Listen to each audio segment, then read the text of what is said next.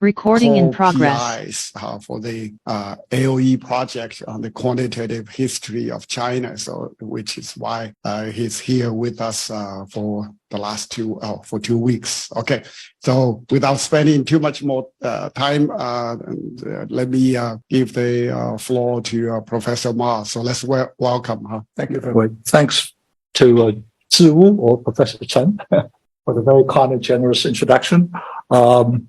I can actually see it's not that easy to introduce me, partly because we know we go back such a long way. So it was really a great honor to get to know Ziwu over the years and doing so much work together or independently on promoting economic history. And of course, as we all know, Ziwu has made a huge contribution in promoting particularly this field.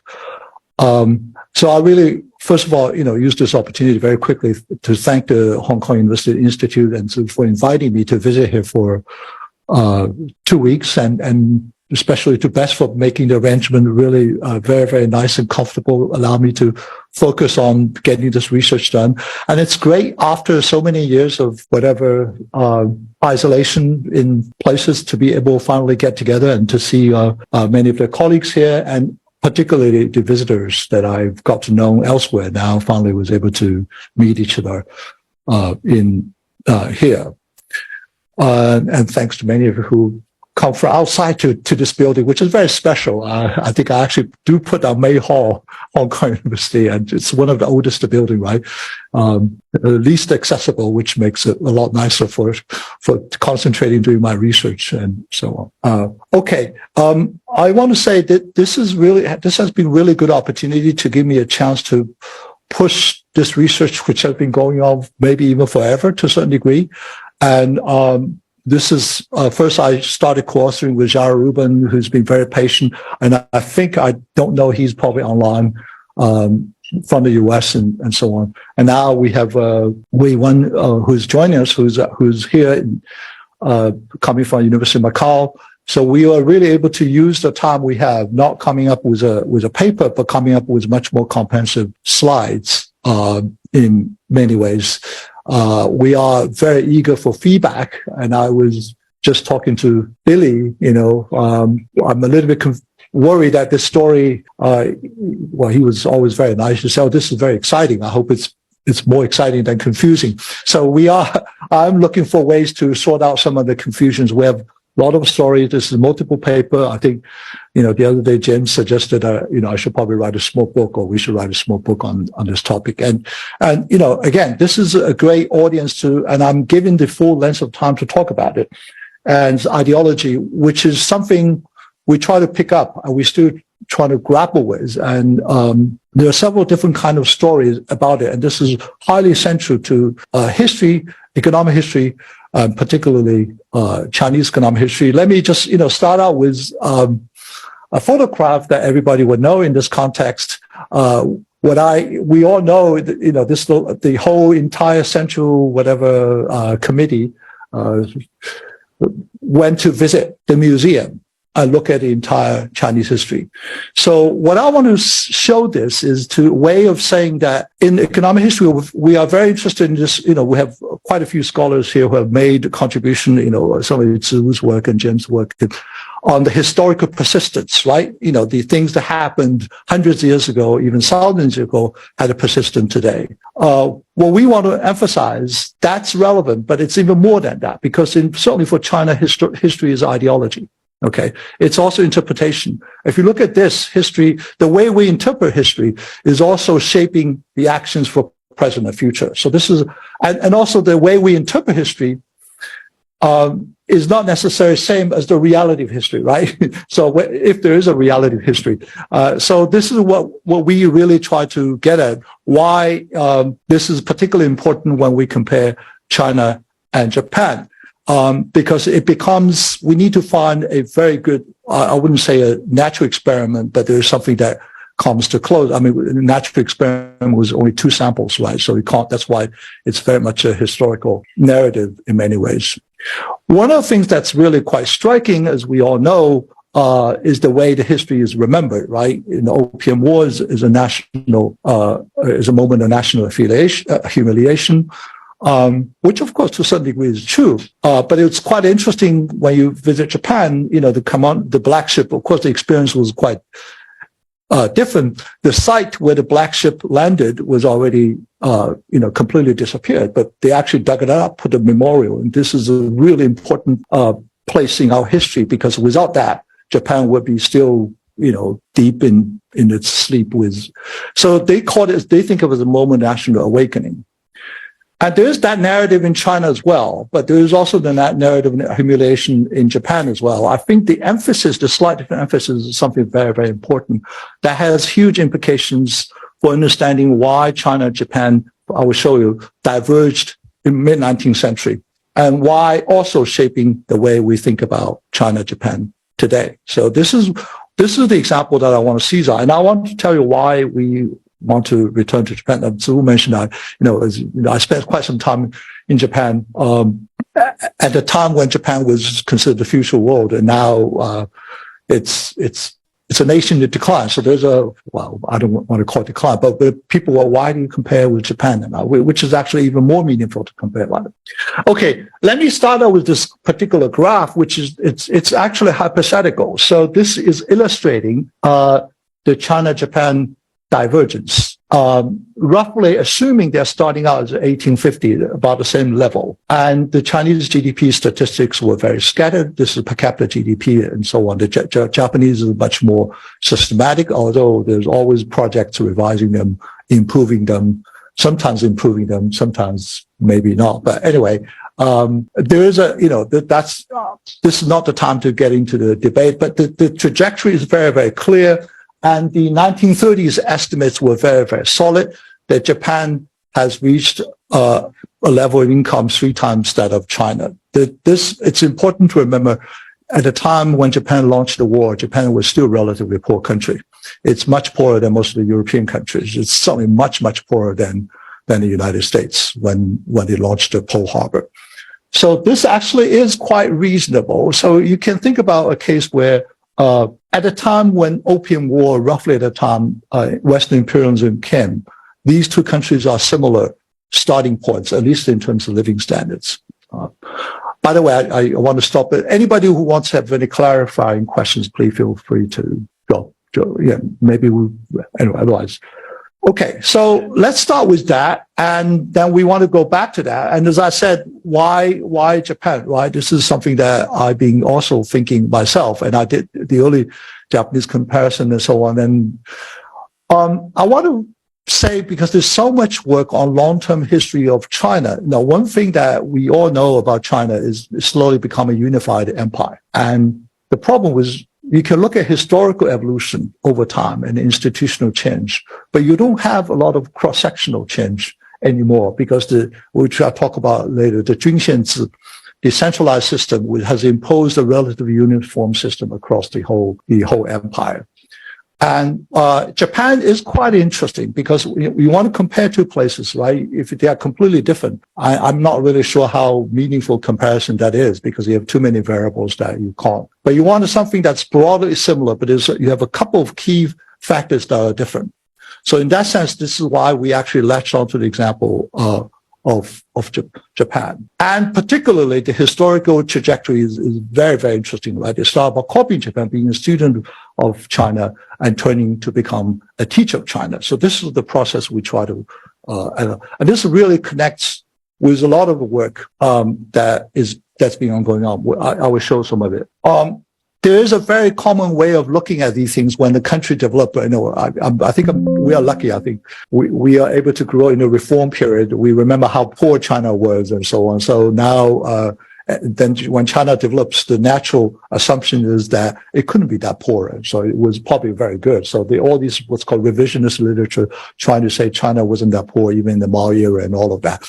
And the similar kind of logic we're going back to apply to Tokugawa Japan, which is the period right before Meiji, is that Japan maybe was already much better in terms of some what they call initial conditions. I will show some of it. And Japanese people, even though they were not rich, but they were better educated. one other thing which I don't think a lot of people dispute about, comparing Japan and China, they're just culturally more open. The way they absorb Western culture, learning language and copy institutions and all that, which is true. That, of course, went back a long way. Like we all know the famous case of Tang Dynasty, that Japan very systematically copied the Chinese, not just the culture, but the imperial political institution, 律令制, 律治疗 system. And that started at the beginning of the modern, so the whole concept of nation building was modeled after China. And all the other things, right? We all talk about institutions and so on. Now, I want to argue is that all these initial conditions may be true, but the differences are really very, very minor. What really happened is there is a fundamental switch in the paradigm in the mid-19th century. Again, people know that the policies have changed dramatically. I think what we try to understand here, why policy could change, right? A lot of people say, they're more culturally open. They're just willing to do that. I think maybe the way we are trying to do is a new framework, much more data, is to understand why the Meiji was able to launch a successful regime change, which comes to the question of a revolution, right? Why a revolution came to Japan in a way that is violent, but relatively peaceful, and they had experienced violence afterward, right? The Meiji started in 1868, and it was almost toppled by the Satsuma Rebellion. A lot of people forgot that. There was that it was really only by 1880s, Meiji Japan began to stabilize and move. And then, of course, they beat China in 1894 and 1906. That's something very, very crucial. So, this particular project, I really want to call it project now, is putting together a new framework, understanding why revolution could happen, because this is a time which I will show you later. The productivity gap between the West and the East was very huge, right? Unlike the 18th century, unlike the 17th century. So there's a very, very simple way of looking at it. All we need to do is copy Western institutions. There's no point reinventing the wheel, right? And this is quite different from the great divergence debate and so on. So this is what we want to emphasize. And it's not just simple copying, because on this kind of level, it's a very, very complicated process, right? So we are trying to understand why they were able to do that. And because it's a rapid ideological change, right? It's just like, I just kept thinking about late 1979, Sanzong Quanhui, that reform. It was a very big policy switch. Then suddenly opened up all kinds of possibilities which were not possible. It's not all these institutions were so new, but it was that they were there, but they were allowed to begin to absorb them in whatever Chinese way, and in this case, the Japanese way. So this is what we try to understand. And that slowly, I think it's beginning to get interesting, because we, as this is the big problem, right? The economic historian will focus on several different small topics and so on. And that's what I start out with. I would spend a lot of time looking at Silk, looking at a particular period. I do not know all these Tokugawa personalities and so on. But slowly, as we are reading through, and I find it's getting more and more interesting that the whole differences could be traced to a much longer period, and particularly to the way that we interpret history. Okay. So first of all, this is a very long and sort of meandering presentation. So let me give a structure very, very quickly. I think I'm very grateful the other day over meal with Li Jing and James and others. And so I got some very good feedback with my story. So I got quite excited and encouraged and so I'm quite looking for I'm putting together one of the things we have to understand why it happened this way is not just the individual isolated events. It's precisely because Japan and China interacted. Okay. The two countries closely interacted. You can see there's a sequence of following, copying, understanding, interpreting events, and both confronted with same Western imperial challenge. So I want to start first sort of dispute about, some of the initial conditions argument. Japan was already predisposed towards modernization. Japan was already richer, better educated. These things might be there, but the differences were so small. On the other hand, the paradigm shift, the way they were able to get the technological advantage and by copying from the West, that was huge. I will give you some example of the mechanized yarn output. Okay. To be able to get the fruits of particularly British Industrial Revolution, that was the key in certainly mid-19th century. And then I really want to show you that the modern Japan, the intellectual origin, most people reading from Japanese perspective or from Western perspective. But if you read from Chinese perspective, it's particularly interesting. The modern Japan had its Chinese intellectual roots for understandable reason, because after all, they absorbed the Chinese. Everybody read, Kangbong, the Hanwen materials and so on. So we want to show you that China was the origin of modern Japan, and the other way around, modern Japan was the origin of modern China. And it was that mutual interaction that really led to, and we won't talk about why the reforms become somewhat less successful. So I'm going to go through this relatively quickly. Again, let me know if you have any questions or if I said something wrong, but okay. This is what I would call quite typical of this initial condition school. If Japan did so much better in Meiji, then Tokugawa could not be so bad. And it must be a lot better than Qing China. So this is, these are my friends and colleagues who made an argument. I was also in Hitotsubashi. This is the estimates by Jean-Pascal Bassino and Steve Robbery and Kyoji Fukao. And I think I've been quietly and very friendly disagreeing with them for a long time. They have this argument that Japanese per capita income was already higher. I want to argue the evidences are very, very weak. Partly because the data was not particularly good. There's a separate set of argument by Chiaki, again, my colleague at Hitotsubashi, former colleague, and Duan Wei and Mark Koyama argument that Tokugawa fiscal capacity was much higher. And I will show that was not really the case. I have evidences showing the Japanese per capita income was not higher at all. I mean, if you really read the literature of time, so this is the data we've done for the wages. Until the end of the 19th century, Japanese per capita income is about the same as China. It was only after they began to overtake China. Okay. I mean, one of the most striking evidences, even for people living in modern Japan, I was surprised I didn't realize that. But in the colonial period, Japanese I think Du was presenting the paper that Japanese heights Japan were the shortest of people probably in the mid-19th century in Asia. The average heights, this is soldiers, is 157 or something, but they grow continuously. Okay. So it's really hard to argue physical living standards was any higher. Of course, there is social institution and those things we'll talk about. Okay. So I made some efforts in this, maybe this could be a separate paper we'll be talking about. The idea that Tokugawa has very strong fiscal capacity, that was very, very, that's probably implausible.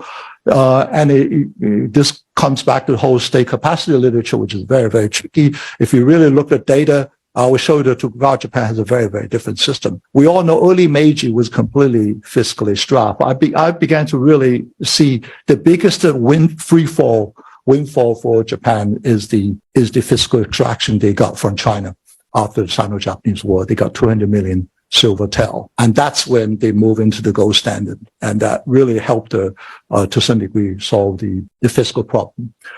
I mean, the tax rates for Tokugawa were so high, it was implausible. It's higher than Meiji. It's about the same level as modern, 19th century Britain, which is considered the first modern fiscal state, right? So I think there is an element of glorifying the Tokugawa system, which I'm trying to also I think some people will be happy here too. Will be there's that California school is also a bit of glorifying the Qing China because China was developing and so on. So there's a similar way of, this is why history is never completely objective. So this is what I try to argue, that it's really not clear that the fiscal capacity was stronger. Actually, I want to argue that precisely because Tokugawa Japan was very poor, it doesn't have to be a hindrance, okay? And it's the policy switch that was very, very important, that it's possible to have this kind of great discontinuity, okay? So this is all the policy change that have happened. You can see Tokugawa Japan today, which I will go into, is what we call feudal society. Fengjian is not for those of you who come from mainland China that, there's a big debate. Well, maybe it's not debate within China, but anyway, China wasn't really feudal. We probably after the Qing, China was no longer feudal society anymore. But Tokugawa Japan was a feudal society, and in the sense that you have these lords, you have all of these. So you can see all these policies are opening up the reform, the financial system, the banking system, and all of that. Okay, there's a very, very big policy switch Some have already started in the Tokugawa, but really started. And look at these, also the land sales, right? So in the feudal system in Japan, labor and land actually is much more restricted. I mean, this is something I'll get back to. So in some sense, China was much freer in terms of the factor markets. Because you have one emperor, you don't have feudal lords, so which is something we'll come back to a little later. So some of the Meiji reform is, as I will show later, is sinification, is converging towards the West, but actually converging towards the Chinese model. What I want to show you is that there's a very big lag between in the reform and adopting Western institutions. There's probably a 2-decade lag. China did right after Japan. So all of these things probably on the left-hand side, I'm not saying you have to do all of these. I'm not saying all of them will work in China, Japan. But in the mid-19th century, what was presented to East Asia is this menu of possibility, institutional possibility, which were not there before, right?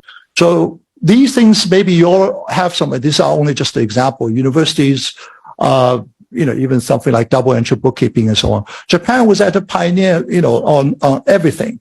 And so that gives the idea that Japan was culturally more open, but I don't mean to be offending any Japanese. But anyway, if you live in Japan, you wouldn't consider that was a very culturally open place, right? It's a very modern society and so on. I think Hong Kong is probably far more open in terms of or internationalization. And so it's not so much the cultural attitudes, that it's actually something else. And I want to argue that policy change could lead to cultural change as well. And, they really pioneered. So this is what we tried to, China really fall behind for 2 decades. And also why 2 decades later, as if China's kind of woke up, right? So this is why what we try to say, that they're waking up because, there's something that was going on. Okay. Again, this is, Zhu was talking about Cambridge Economic History, volume where both, I think, James and Zhu have contributed chapters in separate volume. So I think I'm stealing some of the stuff from James's chapter, which I will steal a lot of. So you can see these are a number of more firms, modern firms in China. Nothing happened before 1890. It was only after they were defeated by Japan, then they were just shooting up, And, there are a lot of other examples. University is the same. I just found out Hong Kong was only established in 1911, right?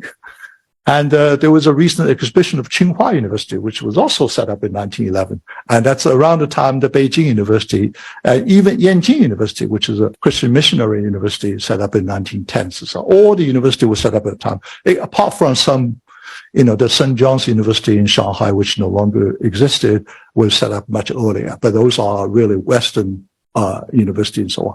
But if you think about the Tokyo, the 4 imperial universities in Japan, they were set up in the 1870s and 1880s. Okay. And, I think I was visiting years ago, I was visiting University of Tokyo, walking around the campus. I was very struck by, they have lots of statues of these scholars who founded the Department of Biology, Department of Chemistry. All of these people are German and French.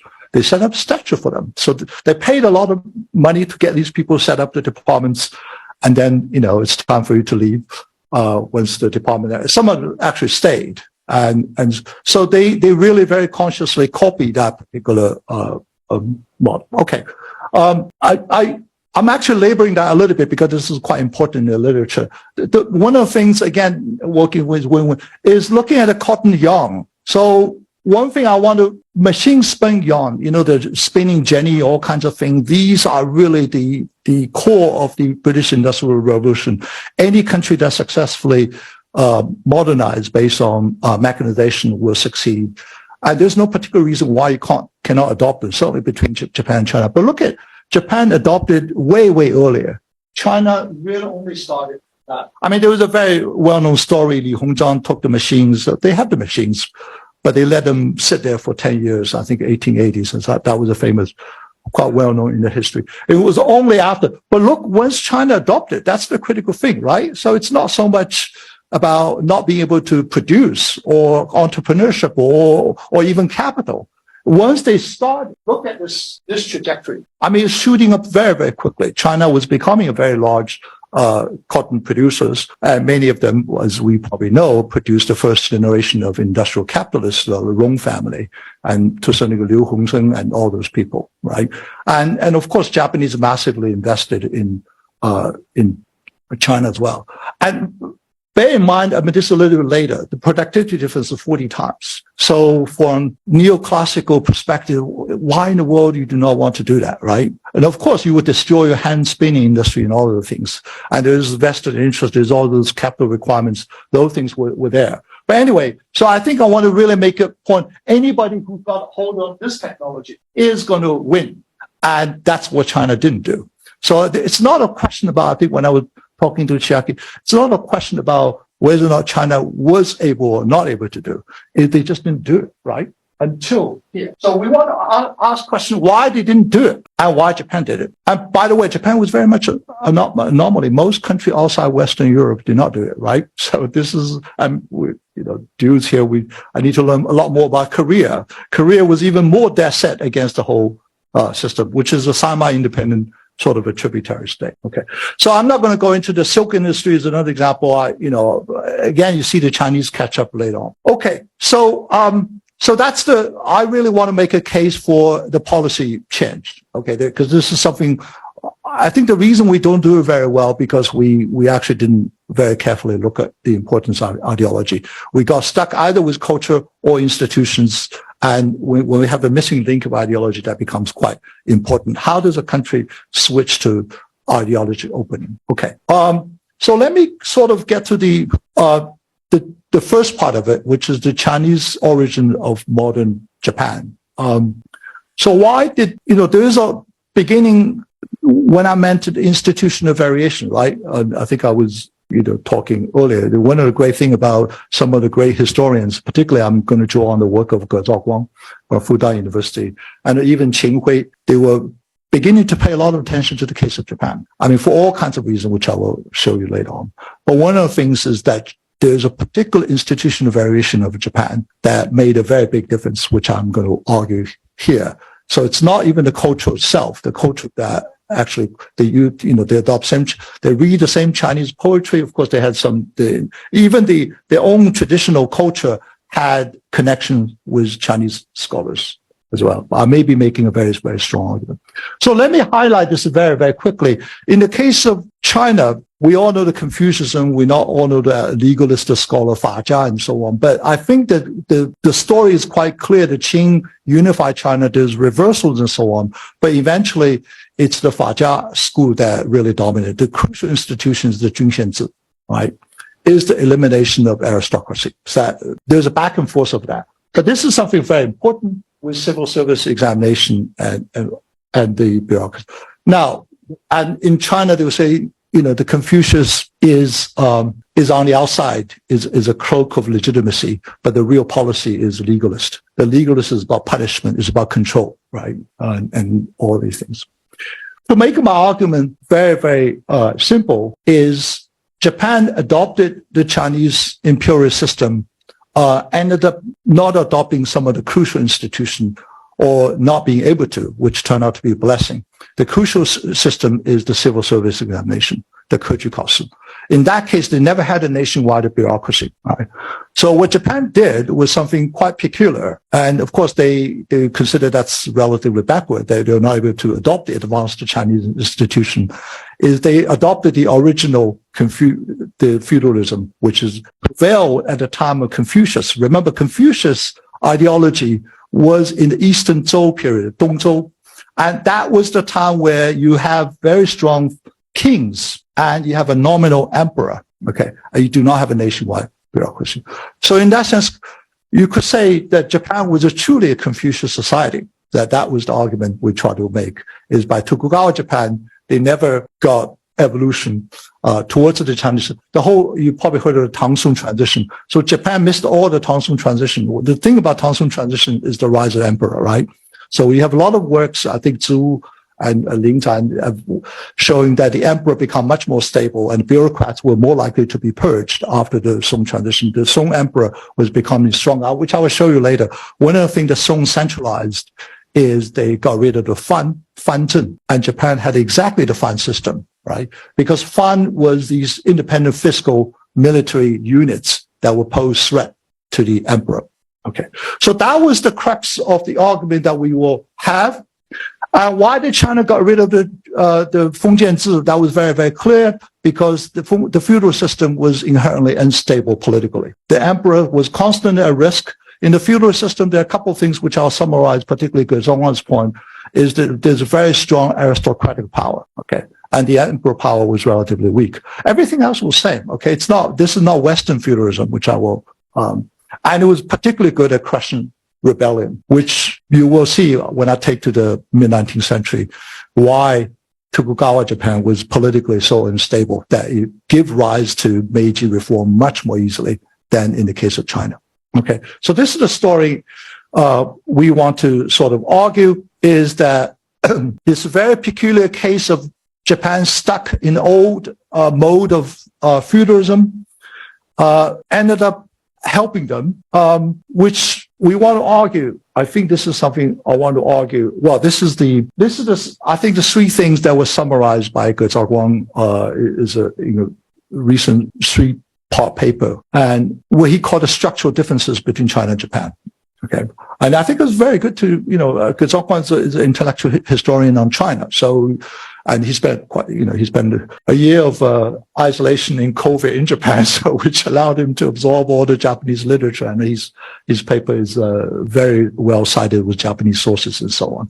And the main thing he summarized, if you think about at the time in the 19th, 18th century, the Japanese emperor was what's called Shujun, the nominal emperor. They were based in Kyoto, and in Tokyo, we know it was the Tokugawa shogun, Shogun Jiangjun. I think I was talking to Kaishang, the shogun system, Cao Cao is such a figure, right? So they had all the old things about basically a military general, using the legitimacy of emperor to rule. But the emperor himself is becoming a nominal figure, which also means that Japan, the aristocracy was much stronger. So Japan, you still have very strong aristocracy, several different big families, Tokugawa being one of them, right? So this is something that's and this is very, very important. They maintain the Fengjianzi. So we will show about 200 some funds, the funds and the fund, and they remained relatively independent. Even in the fund, there are different classifications. It's these classifications that proved to be fatal to the Tokugawa regime. Okay, that they just overthrow them very quickly.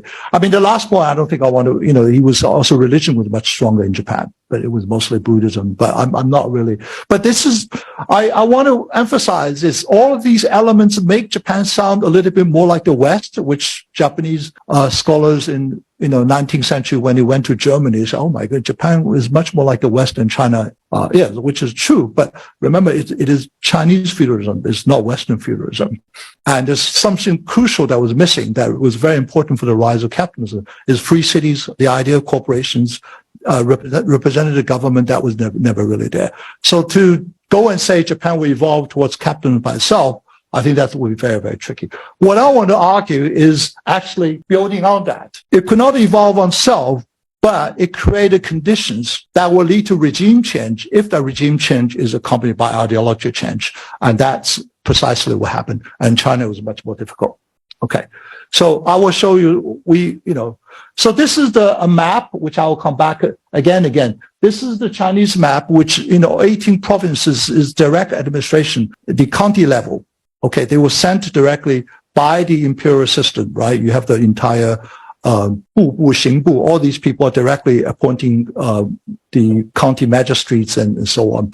In Japan, you have you have Tokugawa, which is white, and you have three different types of fund, which I will talk about. We will use that information quite a lot. The Tozama fund is the most important. I will see the kanji 外样, 外面的外, 样子的样.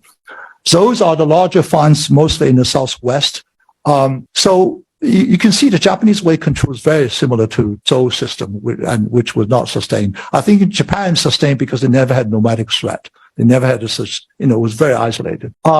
So those are the funds, the Tozama are the funds that Tokugawa did not trust because they were on the other side of the warring faction in the 17th century when Tokugawa won the war. And what they did is they put them outside, and the ones that are close to them are what's called the Xingpan and Pudai. Xingpan is 清楚的清. So those are some collected by blood. So, you can think about a feudal system of control, right? I'm the Zhou emperor. I have various these kings. Some are closer to me. Some are my relatives. Some are people that, swear allegiance to me, but I don't really trust them. But if they're far away, that's fine. Or if I have other people controlling them, that is a system of control. So the Tozama, which I will show you, all the revolutions, the major revolutions were launched by the Tozamas. Okay. It was a change of regime in that regard. Okay. In the interest of time, let me not go through the model, or let me at least just show the pictures and so on. So we tried to in some way, model ideology and define ideology. But what I want to show, just a very simple graph, basically showing, on the horizontal axis is the cultural, is the external threat. Both Japan and China were faced with external threat from the imperial. And there's the cultural distance.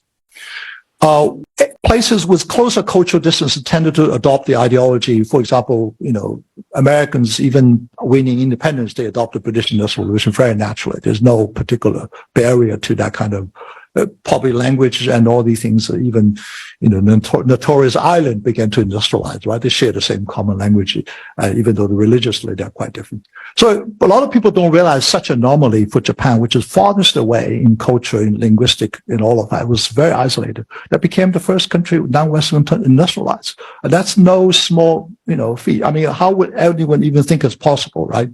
So what we are showing here is, the difference is, this is China, and they're culturally far removed and they're facing the threat, but they're not likely to adopt the Western ideology. In the model, we show adopting Western ideology is very risky to the legitimacy, to all kinds of things, right? So you stay with the status quo. The only difference with Japan is that because the daimyos were independent, so each of these daimyos began to experiment to a certain degree. Okay. In China, that kind of experimentation was not possible because the provinces were completely controlled. Okay. So this is what we try to argue. And this is Tokugawa. So Tokugawa wouldn't, and then over time, you can see the daimyo's ideas were beginning to change. There's consultation that was happening. 1860s, people are more pushed towards open. We talk about the most ironic part is the daimyos that really ruled Japan. They were actually the most conservative, most radical anti-foreign forces. And they actually went on, attacked Western missionaries. So they were like the Yihe-tuan, right? Those people they saw anybody Western, they went, these are samurais with these very big, with very sharp knives or swords, should be called swords. And they go and kill these Western missionaries at random. And those are the people who actually carry out a major reform. And that's, and of course, I think when I was talking to my job, those people were really quite smart. They know what's going on. They want to embarrass the Tokugawa government. So it's the kind of extreme radical position they took. Okay. But whatever it is, I think the thing we want to really emphasize is, so by the time of the 1860s, some of the daimyos began to move around, the coalitions began to change, and they were able to push Japan across the entire land. And China was stuck in the old place of not adopting policies. So it's not like they don't understand the threat. Knowledge they do. And I will show you some of the examples they actually really do. Okay. And then, of course, the picture that becomes quite interesting is by 1895, when Japan defeated China, that became a huge push for the Chinese psyche. That's when all the 100-day reform and late Qing constitution reform came. And those reforms were modeled very, very closely after Japan. So to talk about initial conditions or culture, all these things in isolation is not very meaningful. These two places interacted very, very closely. Okay. So, anyway, I guess everybody's following me, right? Nobody asked. So let me show you some of the empirical work, especially with Wei Wen now is trying to do, is what we try to see the mechanism that leading to the rise of Meiji Japan and different kinds of rules and how the elite structure was very, very different. Okay. First of all, the fact that Japan remained feudal was recognized by someone may not know him very well, but in people in the intellectual Zhu Shensui, who's a scholar, was born coming out of the same area as Gu Yanwu and Huang Zhongxi. So those people are very, very worried about late Ming, but they are late Ming loyalists. Okay, they were actually very crucial, at least according to some scholar, to the connection of Japanese national consciousness. The Japan's Guoxue and Guxue, and also particularly we talk about the Mido school, which is a Qingfan, but that was very, very closely aligned to Tokugawa family. It was the Mido school and the Tozama. They got together and got into a very nasty fight with the Tokugawa Bakufu. There are two people in particular that are very crucial. I think I'm pronouncing the Chinese name, Zhuozhou, and he was one of the people, and showing, especially Yoshida. The reason I want to raise both of these people is both of the people were heavily influenced by Wei Yuan, and their first knowledge of the Western imperial threat is coming from Wei Yuan. So their work cited Wei Yuan very extensively. Wei Yuan's Haiguo Tuzi. I mean, Haiguo Tuzi was basically coming from Lin Zexu, right, who were defeated by the West. So Lin Zexu was one of the people who actually didn't know much about the West, but eventually observed firsthand the power of the Western military and other things. That's, and Japan knew very little, but Haiguo Tuzi had a very big impact in Japan, not that much in China. Later on, of course, it became very, very important. Okay. So this is a sort of, we want to build, we are still in the process of building a network analysis like the type that, Buying and Jiaoleishu were doing for the Zhengguo Fund. So one of the Tozama, the biggest is the Changzhou Choshu Fund. That's the major anti-Bakufu rebellion. Yoshida, who is a student of the Zhuozhou and who actually ended up setting up a school in Choshu Fund, which is, again, I want to emphasize independent autonomous, right? And among his students, many of them, we have a whole list of them, become major anti-Bakufu people. So you can see Itun Bowen, right? And you can see Kido, who's later the prime minister. So those are the people who went to his school. That was all the connections that's coming out of it. There's more, and you can see that. So those, and eventually, I think Yoshida was executed by the Bakufu, which triggered the entire samurai assassination of the Laozhong, the Lord, the Tokugawa, and that really weakened the power. That kind of kicked off the whole anti-Bakufu movement. I mean, Yoshida himself is not, he had this crazy idea of running to the West, and then he was captured for that reason. He was trying to, because they were not allowed to travel overseas. He actually left the Chushu, which was also illegal. So at that time, you can't leave your Han legally. And so he had done all kinds of illegal things, and then he died very young. But that particular Juku, the school, became the place of instigation of the ideas. And they eventually aligned with the Mido school. And Mido school provided the most important intellectual source of rebellion against Bakufu, which was surprising. The Mido school is actually, as a loyalist, a radical nationalist, where they were arguing that Bakufu was not loyal to the emperor, that the Tokugawa was not anti-Western enough. That was the argument. The Zhengwang Rangyi, this is also exactly Japanese phrase used. Zhengwang Rangyi was a Zhou dynasty kind of phrase, right? So what the Meiji did is basically we want to overthrow the Bakufu. We want to have the real emperor back. We want to have centralization. That all sounded extremely familiar in the Chinese context, right? Except at that time, the Western ideology really came in. So this is something that's very important. Afterward, they switched. That's a different story. So those are, the whole story is like Nixon can go to China, right? He's the most anti-China person. He visited China. So that actually solves the problem. So you have a similar kind of a story here that you have these most radical nationalists. And there's a story of these radical nationalists because Choshu and Satsuma, the two major Tozama Hans, are very radical. They are the ones that launched naval attack with whatever the naval on the Western naval forces by themselves. And they were defeated very, very badly. And that's when they began to, like the Opium War, began to realize the Western power. So they go from being defeated to being an admirer of the Western system. So they allied with the British Navy and so on. Okay, so this is the thing. So we are able to, so these are the Japanese feudal institution. They use a unit, which I think in Japanese is kokudaka and is dangao. So these are the typical feudal, each feudal domain was defined by a rice unit, and that's hereditary. And this is something you do not have in China, right? Because China, everything is county, province, prefecture. Okay. In Japan, you have the Tokugawa, which is centralized. But, so you have these units so one of the things that's very important, the Tozama The variation is very, very big, which is there are some of the Tozama Hans are very large. The biggest are the Choshu and Satsuma. It's these, they are also on the southwestern coast. So they're much more exposed to the western threat. And they're really sizable if you look at the total size of it. So this is a formidable rivalry between these forces, which was completely disappeared, certainly in the time of the Qing. And I think that's something we want to emphasize. I mean, for those who read the kanji, is very, the Satsuma and the Samo and Changzhou, those are the most anti-Western. They also send students. So they also have some of the most enlightened individuals as well. I mean, the Baku sent out the largest number of students. They're all Tozama fan. So these are things they did independently as these feudal places. And we will show later on, I think, Gaosan Jingzhuo, he's actually the most interesting. He didn't get to live to see the success of the Meiji Restoration. He was somebody who visited Shanghai, and when Shanghai was becoming a treaty port. He was completely stunned by the Western establishment in Shanghai. That was the first impression that really taught him about something. But the second thing he was stunned, remember, these people are all trained in classical Chinese scholarship, right? They read Chinese very well. They said, I can't believe the Chinese status was so low in Shanghai.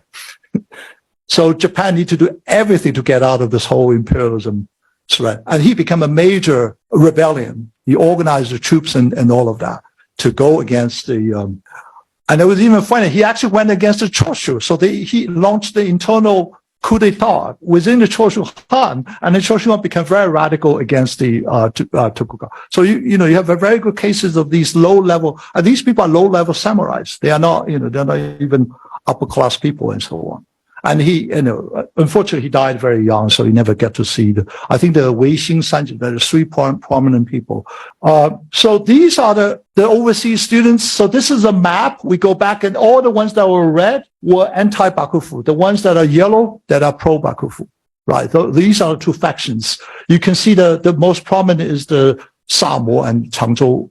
And that they were the constant rivalries. And so this is the kind of structure that you really, the Sui Fu, just the Mito school. It was a very small, but it was very, it was a relative of Tokugawa, but they somehow got very upset. It was an internal fight between the relatives. So they really got aligned with but they provided intellectual input. Sui Fu Fan is the one that had a very close connection with Zhu Shensui a long time ago. So here's some of the empirical tests that we are able to do. So we, again, thanks to our Wei Wen who's here. So we are able to match all who are the Meiji supporters or anti-Baku, who are the ones that are green, and with the different types of Han, the Tokugawa, the Hans. And you can see very, very clearly that if you are Tozama, you're more likely to be a Meiji supporter or anti-Baku people. Okay. So this differentiation made a very, very big difference, and this is what we want to say. The feudal domains made a very different. And this is confirmed by the Loja test and all the other tests that we have done. I mean, it's probably quite clear visibly. The Tozama coefficient come out to be very, very significant. So being, we control for a couple other things and distance to Tokyo and so on. Okay, this is if you're Tozama, you're more likely to be anti-shogunate, anti-Bakufu, right? You are, so you're less likely to be neutral. And if the other way around, if you are the Pudai, you are much more likely to be pro. So this is really two internal fractions in a feudal system, which is very common, right? So that's why China eliminated them, because the feudalism has destroyed Daito. and in Japan, that was not the case. So you could see this is all the anti-Bakufu. This is probably the fiscal strength. It's really, really quite sizable, right? So this shogun itself is about 3,000 whatever kokudaka, and the anti-Bakufu is all elements together, particularly Satsuma and the Choshu. I mean, the Satsuma major is Xixiang Rongshua. I think if you watch the Last Samurai movie by Tom Cruise, the Hollywood movie, and that was portraying Xixiang, he was the major old-fashioned samurai. He launched the whole thing against okay. So we can also match this very, very clearly with the first Meiji government cabinet ministers. They're all from Tozama. That's very clear. So this is basically a takeover, one faction over another. There's Gongqing. These are the royal imperial family. So this was consistent with some of the discussion about Meiji Japan is a coalition between a small minor royal elites and the lower class samurais. Okay. These lower class samurais are the ones who try to assassinate Christian missionaries, launch war. The point I was trying to make is they are not liberal Democrats, right? They don't believe in, they have no idea of free market and all of that, right? But what they saw is the gunpowder. But then they seized the power and they were able to really recognize it. In China, you don't have that recognition. That's something that is very, so anyway, let me, in the remaining time, going back to look at this is the intellectual change that really happened. We all know that very well.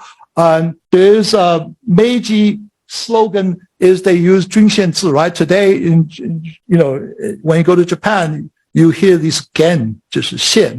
So they use the 均线 system. Of course, it's much more, is democratically elected and all of that, right? So that's a different story. But it was a centralized system. And that was coming from the cohort. They actually abolished the Han. So all these people handed it back. How did they convince the Han back? We have the Meiji Emperor. And we have the whole legitimacy. Now the country needs to be unified as one to go against the external enemy, which is a very, very familiar slogan in Chinese history as well. That's the reason so some of I think, Gezegwang's paper, he said, I started this paper talking with a Japanese political scientist. He said, did you realize that Meiji's actually sinification is catching up with China? It's not completely, but clearly the Western system that really coming into it. So let me go very quickly to maybe another 5 minutes or so, turning to the case of China, which is quite interesting. I think the point I was trying to make is very, very clear. In the case of China, it's not like there's no culturally open people. There are some people, actually the Chinese degree of openness is probably far greater than Japan because the Chinese are in control of that. I think there's a very nice little popular history book by Ma Guochuan, which probably inspired me reading about Meiji history. The people who, when the Japanese and the Americans negotiated a commercial treaty, I think in the 1850s or so on, the man who translated was a Cantonese merchant. And he had no idea about what was going on. But the only reason he was asked, because he knows English. And then, of course, he could communicate with Japanese using pens because they all write characters at that time. And then he completely disappeared. Nobody remembered him. So there's the Dutch study, Lankaku and all of that, but the Japanese ability to speak foreign language is very, very limited. There's no particular reason that Japan was much more culturally open. There is a very big difference is the provincial system. And Lin Zexu is the Qingcha Dachen, right, is one of these people sent by emperor to suppress a local rebellion, right? Now, there is one incident that local forces began to rise that makes a particularly interesting contrast that happened around the same time when the Meiji was going on, the anti-Bakufu movement going on, which was the Taiping Rebellion, right? So we all know Taiping Rebellion was suppressed by the Hunan elites. That makes the story extremely interesting in the sense that for the first time, you have a place where there is a group of elites that had a fiscal military autonomy because they raised the troops from the lineage. So and they raised the money partly through Li Jing taxes, but all the other was Li Jing tax was a form of local taxation. So you can see that Taiping Rebellion was creating the kind of local autonomy that you see that Hunan was becoming increasingly independent because the emperor couldn't do anything, right? So the most famous character, of course, is Zheng Guofan. And the other, Li Hongzhang there's a slightly different story. I think I'm cutting out from, Buying and Jaratius paper that for the next, 3 decades, we see the rise of Hunan elites. Now, this is based on one critical condition, is I think the Xiangjun, the Hunan army, by the time, which is a very modern army, right? They use all the weapons and all the things. And they were eventually defeated, the Taiping rebels, which the Qing themselves were completely incapable of doing, right? And Zheng Guofan was aware of the fact that the Qing was beginning to be afraid of him. He had about 50,000 troops. Which is not a very big number by today's standard. But if you look at the Qing army, it's only about 1 million or even less than 1 million. And of course, the Xiangjing is a much more capable fighting force. But there is something that was very, very interesting where ideology came into play. Instead of Tozama and all these things, they have implemented regime change. When Zheng Guofan realized that the Qing was afraid of his power, he actually gave up, dissolved the Xiangjing a few months after the capture of Nanjing, in exchange for probably a high-level position in the government. And the only thing this is why Li Hongzhang became a problem. Li Hongzhang was from Anhui, the Huaijun was preserved. So to some degree, he was hoping Li Hongzhang would not get the same kind of jealousy or fear from the Qing. So Li Hongzhang became that very big, important person in that regard. Now, what I want to show you, because this had a very interesting revelation afterward. So this is a graph that's showing for the next 3 decades, Hunan-based elites become quite prominent in national politics. Okay, and they have a disproportionate share of elites. And this is where I think we are exploring now is a very different elite structure. That this is surrounding Zheng Guofan is the main person. And if you read a lot of work, Zheng Guofan cast a very, very, he didn't live very long, but he cast a very long shadow and covered some of the Hunan elites, including some of the most outspoken. Guo Songtao is he's one of the most liberal-minded person, but living in Hunan, where there's not even missionary. It's the most conservative place. But having, these very strong ideas for reform. These, the blue lines, are the civil service examination links. So the civil service to teacher-student relationship became very important. And those are the things you see very different in Japan, right? But that all became in the centralized system. The Hunan-based elites were the major self-strengthening movement and the reform, which is parallel to the Meiji reform until they were defeated by the Meiji, right? So one of the things about the self-strengthening movement, the crucial element is they don't build the railroads, they don't change the fundamental institutions, okay? Because they have to do it under the imperial, there's no particular regime change. So we can do the similar kind of things to some degree to look at a different kind of elite structure and a power structure until, of course, this whole group and the Beiyang were defeated by Japan, right? That is the most, and I think Li Hongzhang's, we probably know, is the saddest, whatever bureaucrat. Every time China was defeated, he got dragged out and gets slapped around by everyone. And, but I think Li Hongzhang was actually probably, if you read some of the things, he knows what was going on, but there's not much he could do if the imperial system didn't want to do it, right? So they signed the Treaty of Shimonoseki, and I was always telling you, look at the differences in the way they dress, right? So I'm not saying so. Then that's interesting because the Hunan network began to take on new directions. And this is the story we want to send.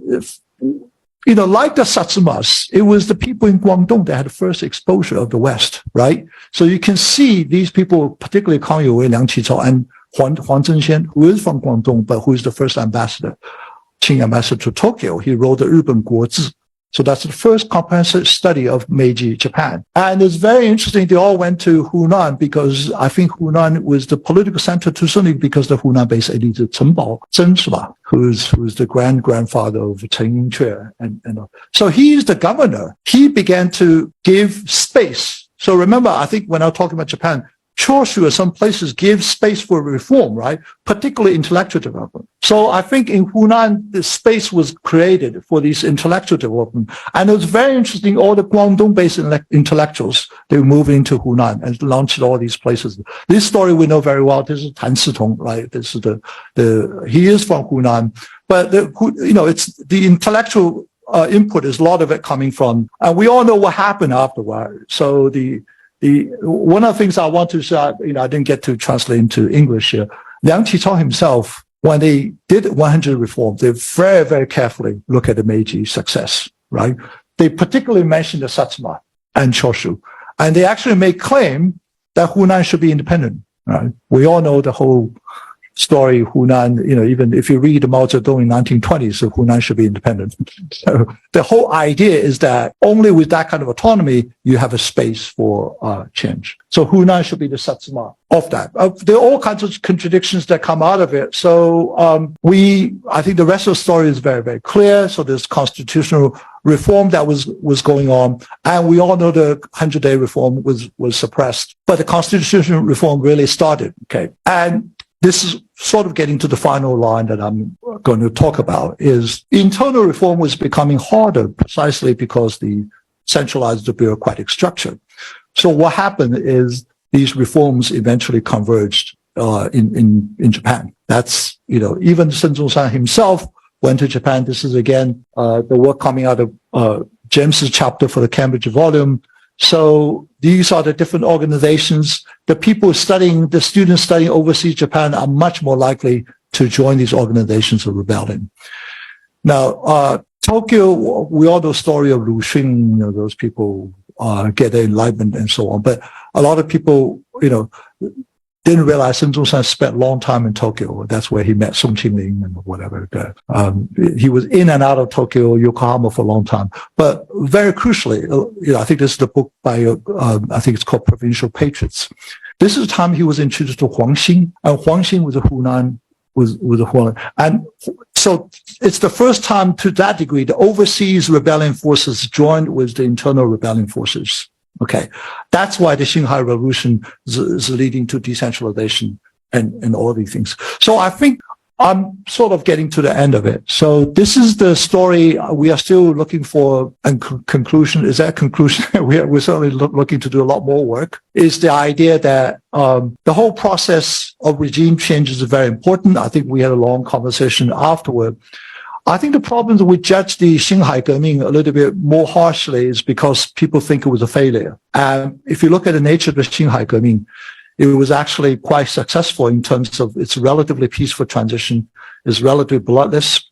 There is a peaceful transfer of power. Now, what happened afterward was much trickier, but that also depends on the interpretation, right? You had 15 years of parliamentary democracy, which only got suspended in 1924. And the warlord period probably we should reinterpret as well. As I mentioned, some of the universities, some of the bad things were all set up in the warlord era. I think people thought it was very bad because it was very weak internationally. To some degree, it was not particularly weak internationally.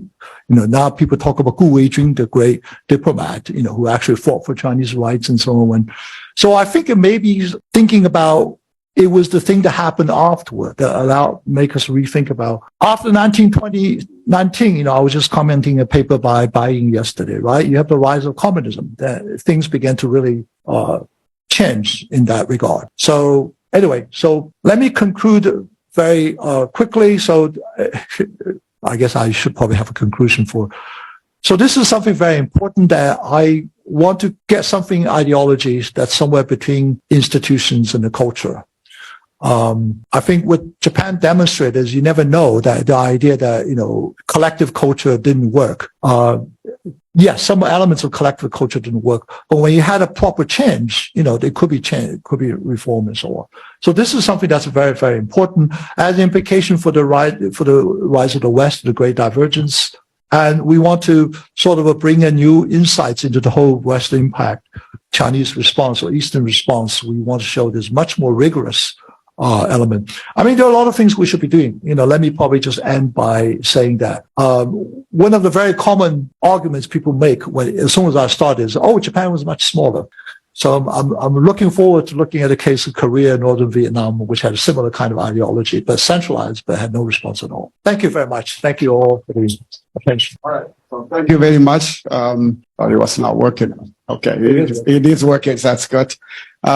So we have time for questions. Anyone would like to go first? Yeah. Chapter by Central. Your presentation reminds me of a chapter by Rui Huang, writing about the Wu Dai Shiguo period. I think the title was 藩镇之祸的真面目. In English, what was really beneath the 藩镇之祸. So he was arguing that the 藩镇seemed chaotic, but it was exactly this chaos that allowed each 藩镇 to develop in the way that is most suitable for itself. So how do you think that your spirit in this study is kind of similar to Ray's Huang's? Thank you. So the Huang Renyu, right? That's interesting. I should get the citation and so on. Yes, it's a little bit my point here. This is something much bigger, probably sensitive as well, is the whole relationship between center and the local, right? And that is an issue that came up repeatedly. For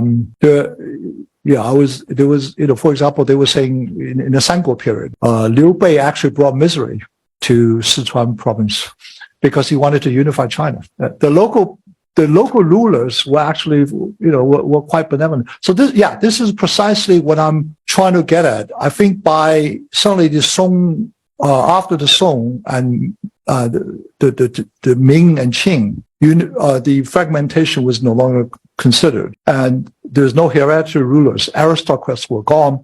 There are a lot of good things to it, but the problem is local interest. Just read Gu Yanwu. Gu Yan's critique of Junxianzi is precisely the point. All the bureaucrats only look at people at the top. They don't care about local anymore. It's not that the domain care about the local that much, but some of these domains have built up these loyalties. So this is something that come up in Ge Zhaoguang's. The master relationship is extremely loyal. They are not loyal to the people outside. They are much more loyal to the inside as well. So I think that's what I'm trying to. We have lots of examples on that. Thank you for the question. So maybe I can ask a question, huh? So your basic point about why Japan and China may have adopted or may have gone in different ways in responding to the challenge from the West is that for Japan, the prefectures had much more autonomy, right? Whereas in China, there was more political centralization and so on. But actually, it's a matter of degree. After the Taiping Rebellion, the central government in China was very much financially corrupt. Not just corrupt, but actually broken. And then that started to give the provinces so much autonomy. So basically, the Qing imperial court told all the provincial warlords and that they can go whatever way. You guys should modernize your army and so on. But financially, you have to find the resources on your own. Don't count on us. So as a result, by the late 19th century, then the provinces across China became very much independent financially and also militarily speaking. And then there was another period, as you mentioned, the so-called warlords period of the 1910s and 1920s made China really not one country, and especially our Hunanese comrade Mao Zedong was calling for the independence of Hunan, of course, slightly later. But what I want to say is that from the middle of the 19th century to the middle of the 20th century, China went through a lot of long periods of independent provincial governments and so on. How was that different from Japan? Yeah. Huh?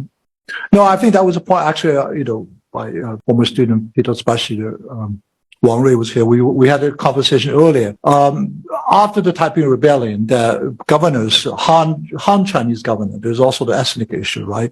Gained far more independence. Fiscally, they're also much bigger. I think because for a long time, the governorship or county magistrates were very unstable. They were rotated, and there's very little connections with the local population and so on.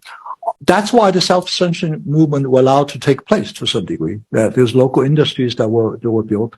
I think one thing which I want to emphasize here, and which I think there's certain things of a fundamental national nature just could not happen.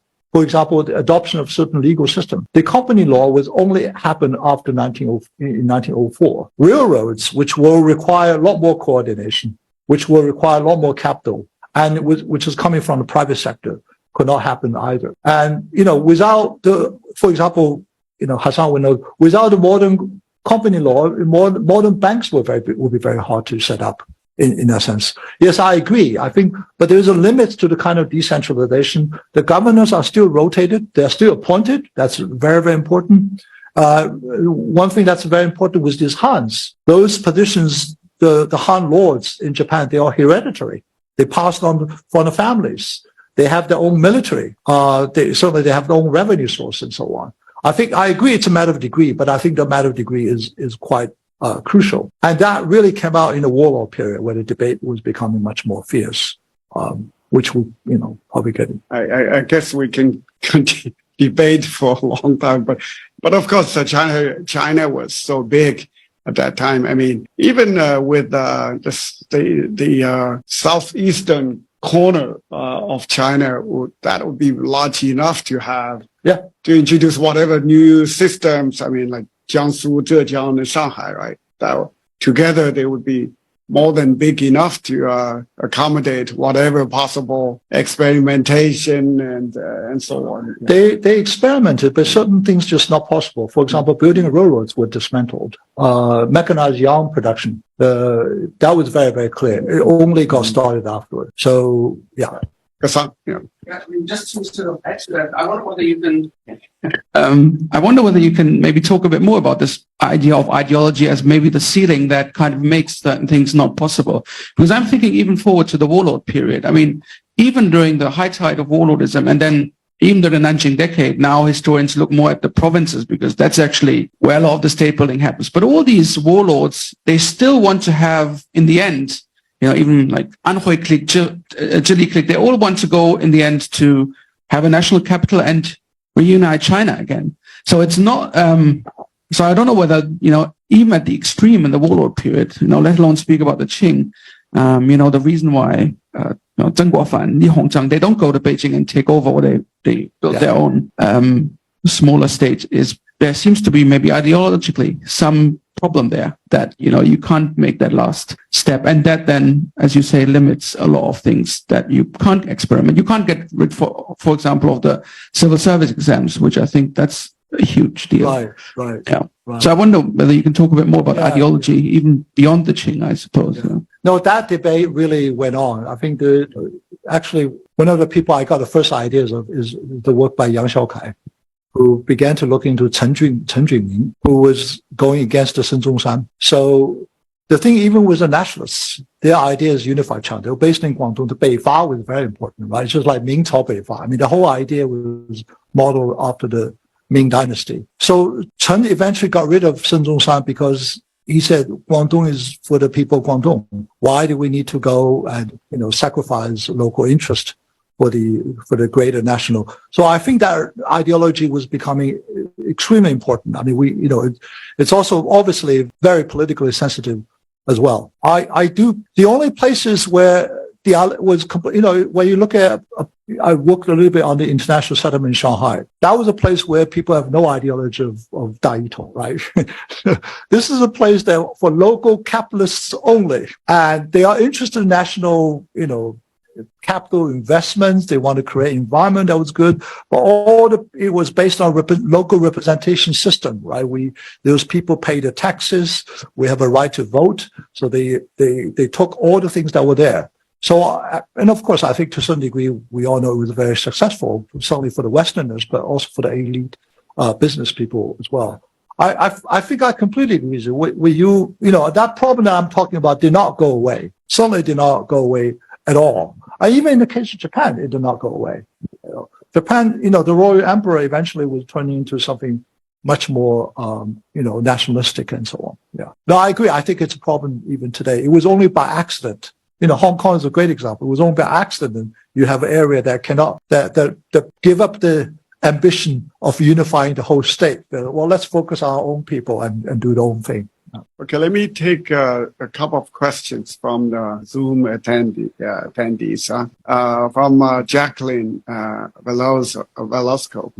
Irving, can you see it? Yeah, I can see it. Okay, maybe you can take her question. Yeah. So I guess everybody could see it, right? Yeah. So now this is, of course, I'm not in any way denying the importance of agrarian conditions, all of that, but I'm just saying these conditions probably matter much less. It's the rapid policy change. Both Japan and China, depends on how you measure it. I think there are people who really try to, extort the data and so on. But both Japan and China emerged in the 1870s, 1880s with about 60-70% share of GDP in agriculture. And I don't, productivity, labor productivity was very high. Sorry, labor productivity was not that high, but land productivity very, very high. The idea, this goes back a long way. I remember when I met a Chinese student who studied in Japan, and he had a written book based on one single thesis. One of the idea that you have a more productive economy, creating more agricultural surplus, which could be used to build industrialization, which I found that's less and less true. His thesis was that Japanese people overall eat much less rice, so they have more surplus for industrialization. And it was a thesis. I don't find that as plausible. I think nowadays it may be important for understanding the 18th century, but I think mid-19th century, that's what I try to get, is this very rapid policy, same as 1980s. I think that, the advertising Cambridge Economic History volume, a chapter by Barry Norton, in late 1970s, China was maybe the half of the average of African economies. But other indicators were much higher. The human capital level was much higher. Life expectancy was better. So the catch-up potential was huge in that regard. I think in this case, I think it was similar as well. I don't think it's so much a question of agrarian stuff. So whether or not you can latch on to the reform and make a political economy change. Of course, it's a long process. So on. Okay. So the question from Judy. I don't know. Other people better. I don't. I think that goes again, it used to be a time that Japan was considered the technological leader of the world. And I think nowadays, I think it's the political economy. Both countries are aging, right? But the political economy is the big questions, that we see here. China, in terms of the talent, in terms of the, scientists or even the universities, they are not major constraints at all. This is again a great example of culture, right? Japan's the country that adopted everything, translated. That one we didn't say that 70% of the modern Chinese characters were invented by the Japanese, so they are the forefront of innovation. It's not necessarily culture open, but nowadays I think things have completely reversed. Japan was turning much more inward in contemporary sense. Of course, still highly developed economy and so on. So that's what I try to get a little bit. It's not so much cultural attitude itself. It's the political economy, ideological side that was probably extremely important. By the way, I think Wei Wen is here. I don't know if maybe if Jara is feel free if you want to. Maybe not so much about AI, but I don't know. Maybe you know a lot more about AI. I don't know if Jara is online. So maybe did you use ChatGPT to prepare your slide? Well, I only finished my late this morning, and my co-author Wei Wen suggested I could do it for you with ChatGPT, but I haven't taken up that. Okay, so you cannot really comment. No, I can't comment on that. Let's ask Professor Lee. All right, I have maybe half comment, half question. The comment is one thing I really like about this talk is this idea. I'm going to paraphrase it a little bit, which is when idea meets power, that means change. So the incidence you have is when Sun Zhongshan, which has the idea, meets Huang Xing, who has the power, essentially. We see the change. So Cantonese need help from Hunani. Yes, exactly. So that's the kind. So marginal people. Yeah, in this sense, that the idea and the power are synergy. So that's kind of the comment. The question, in a sense, you can use this framework perhaps to see Japan to some extent. You can see that probably for Martin Luther to some extent also, right? Idea with local power. So do you have some general theory about, in this sense, about how institution design allows idea to meet power more rapidly, for good or for bad? Well, a great example of Martin Luther was protected by a local German lord, right? So they gave him space. I think that's saying that is something very important. So what I try to argue here is not why China-Japanese ideology itself couldn't, because they don't have the experiments of the entire European, Protestant Reformation, Renaissance, and all these experiments that have gone on that give them a lot of, eventually leading to Industrial Revolution. China and Japan completely missed all of that, right? By 19th century, they had a Dutch study, but they tried to understand the body anatomy and all of that. So there was very little. So I don't think they can really get onto, but by mid-19th century, the entire knowledge set was there, right? Whether or not you are willing to take it is important. But who has access to the knowledge? In China, there's no shortage of people who understand that. But if those people couldn't find a base of power, that was not very useless. There's a very good biography of Wang Tao. He's not going anywhere. I think Guo Songtao, I think it's a very detailed story about Guo Songtao in Hunan. That's extremely interesting. He started doing these schools and he was mocked and, he was almost assassinated by these conservatives. He's the most liberal, open-minded, because he had first-hand experience in London. He spent time with Yan Fu, who actually knows English and so on. So, but in Japan, that's quite interesting. It's not, they're much more open-minded. But some of these Satsuma Choshu people, they only need to overthrow their Han leadership. In the case of Choshu, like this Gao-san, he actually he didn't have to go all the way to Tokyo, overthrow the Bakufu. Whereas I think in China, it's much more difficult because of the layers of control. This is why something that's maybe the last point I want to answer to. This is why it's very peculiar. The Chinese Revolution was launched from abroad because there's no domestic space anymore. Once you're out of domestic space, the revolution actually tend to become much more violent, right? Because in the case of Japan, the Meiji Restoration, it was bloody and violent, but eventually it was a peaceful transfer of power because it was basically the Tokugawa family were never persecuted. They were basically made to retire permanently. Actually, I met one of the Tokugawa family descendants. They all went into education because they were very, very well educated and so on. And the Tokugawa, the shogun tombs were still there. So that was something very, very important, that relatively peaceful, precisely because there is a domestic space for that kind of rebellion. And the rebellion was not so costly. When it was not so costly, and I think it's much easier to achieve a peaceful transfer of power. I think we are beyond the scheduled time, so we should stop here. Right. So let's thank Professor Ma again for. Thank you very much and there are a couple other questions which I'll read afterward from the audience. Okay, yeah. I'll read after.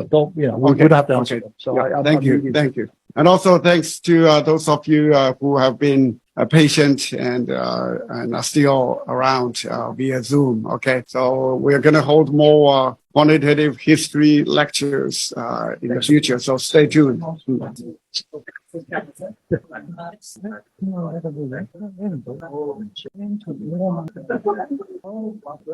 thought it was like investing.